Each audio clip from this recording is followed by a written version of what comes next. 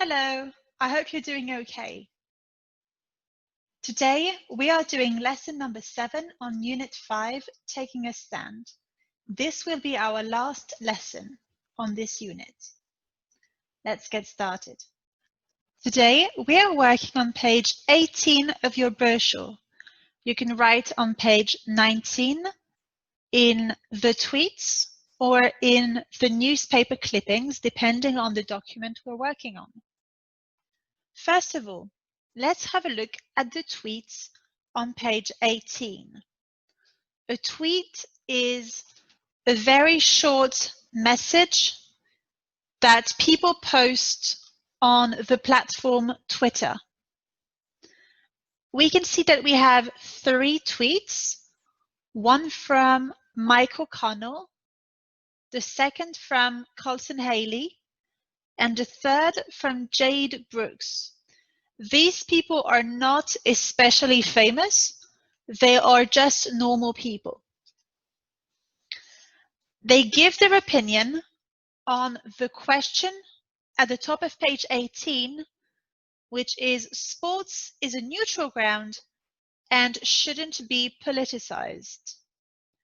Le sport est un terrain neutre et ne devrait pas être rendu politique.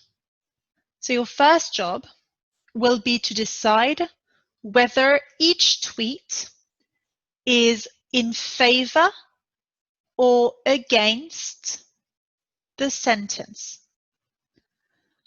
Are they in favor of no politics in sports, or are they against it? Do they think, yes, politics are very important and they should be mentioned in sports? So let's have a look. The first tweet from Mike O'Connell. If there is one thing in life that should be politics-free, it's sports. Well, this first tweet really is in favor of neutral ground. If there is one thing in life that should be politics-free, it's sports, please. This is in favor of our argument. The tweet from Colson Haley, tweet number 2, the white gays and Kaepernick. How dare a person of color interfere with our pleasure by bringing their politics into my sports fun? This tweet is ironic. So Colin Haley is mocking the people who bring this sort of argument. So this tweet would be against our proposition. And finally, tweet number 3 from Jade Brooks. Just ridiculous that we pedestal these athletes, then get mad when they have opinions. Again, Jade is being ironic. So she is mocking the people who put forward these kinds of arguments. So tweet number 3 would be against our proposition. So let's have a closer look at the tweet. So tweet number 1. If there is one thing in life that should be politics-free, it's sports. What does that mean? In French, s'il y a une chose dans la vie qui devrait être apolitique, non politique, libérée de la politique, c'est le sport, s'il vous plaît. Là, potentiellement, c'est vraiment du premier degré. Il pense que la politique ne devrait pas avoir sa place dans le sport. Tweet number 2, Colson Haley. The white gays and Kaepernick. How dare a person of color interfere with our pleasure by bringing their politics to my sports fun? Here. Le regard des blancs et Kaepernick. Comment une personne de couleur ose-t-elle interférer avec notre plaisir en amenant leurs problèmes politiques dans mon divertissement sportif? Here, the use of quote marks strongly suggests that Colson Haley is mocking this opinion. So his real opinion is that, yes, you should talk about political problems in sports. That's not a problem. That's not, you know, there's not a big opposition between sports and politics. And finally, Jade Brooks. Just ridiculous that we pedestal these athletes, then get mad when they have opinions. In French, c'est juste ridicule qu'on mette ces athlètes sur un piédestal, qu'on adule ces athlètes, et qu'ensuite on se mette en colère ou ensuite on râle quand ils osent exprimer leur opinion, quand ils expriment leur opinion. So she thinks that we, as a society, we give athletes a lot of power, especially, power in the media. So yes, if they have a message, it is logical that they will use this power to express that message. That's logical. All right. So let's now move on to these 3 small documents. They are newspaper clippings, and I would like you to take 2 colors of highlighter. For one color, it will be arguments in favor of the proposition. So sports is a neutral ground and shouldn't be politicized. And the other color would be against the argument. So sports should not be neutral.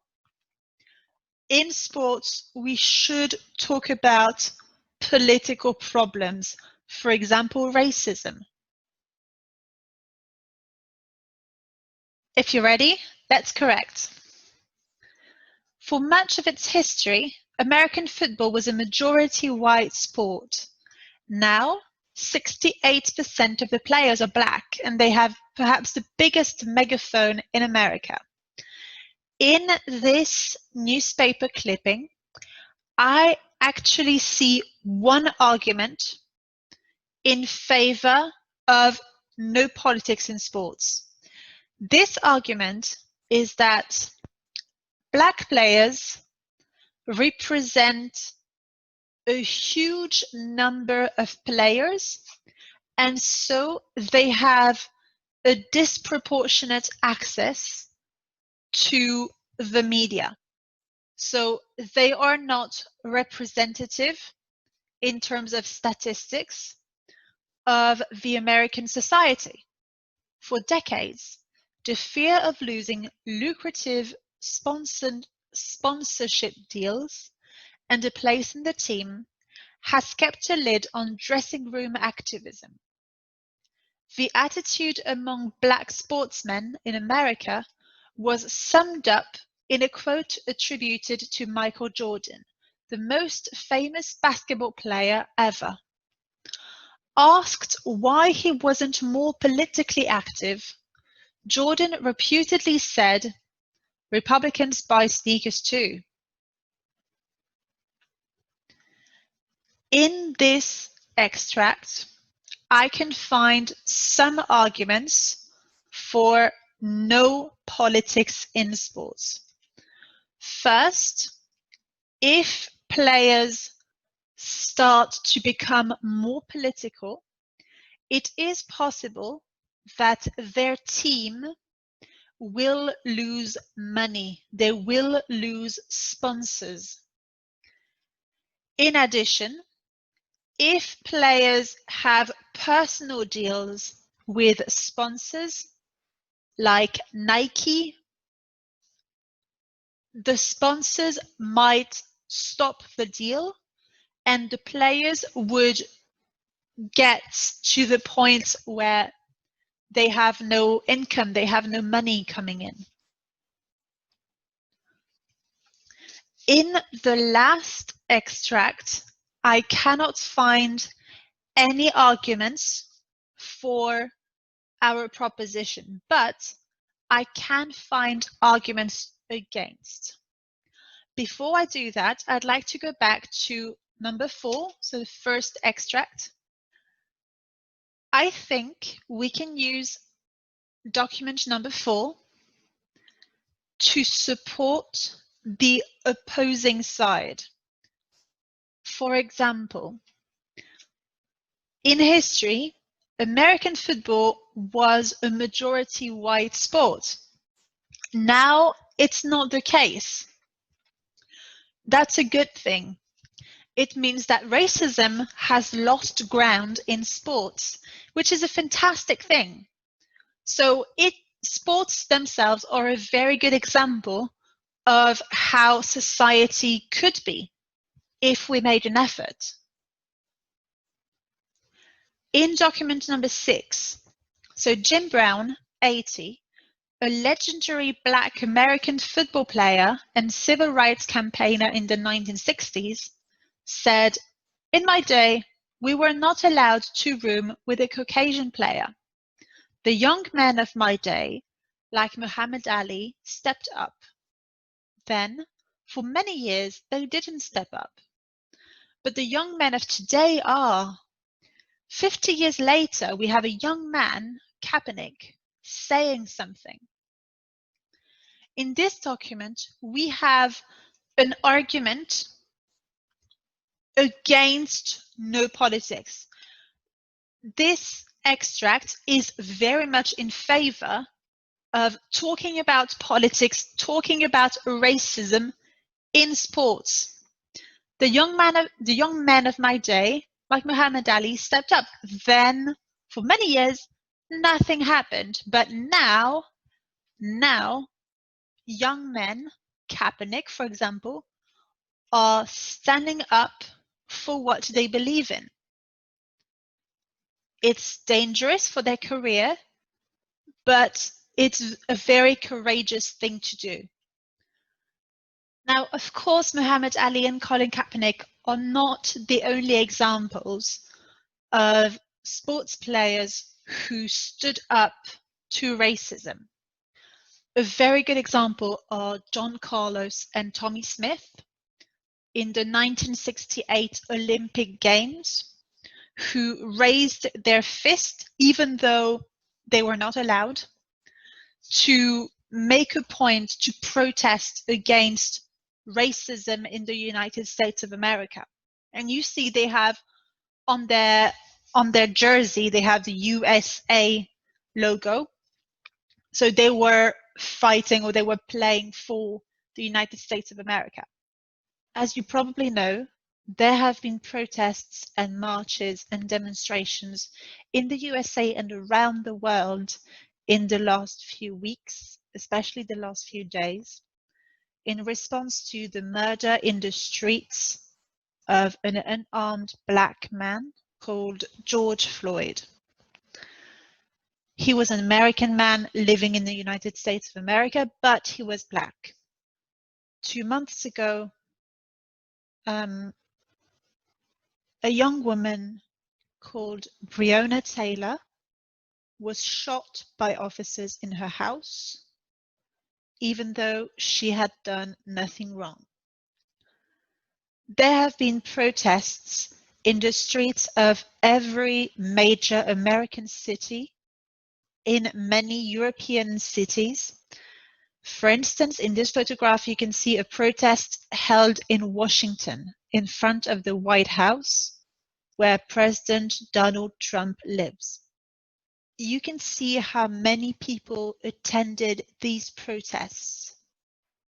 Most people had signs, most people were pacific, and this was a perfect example of a non-violent protest.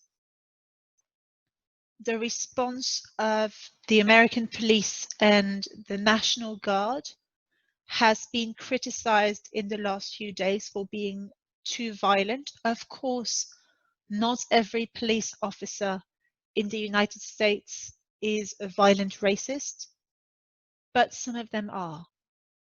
I felt that it was important to talk about this and to have an overview of what happened in the United States in terms of racial tension in the last few decades.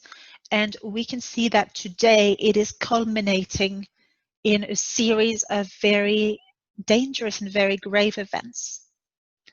I hope you learned something today. I hope you have a fantastic day, and I will see you for our next lesson. Bye.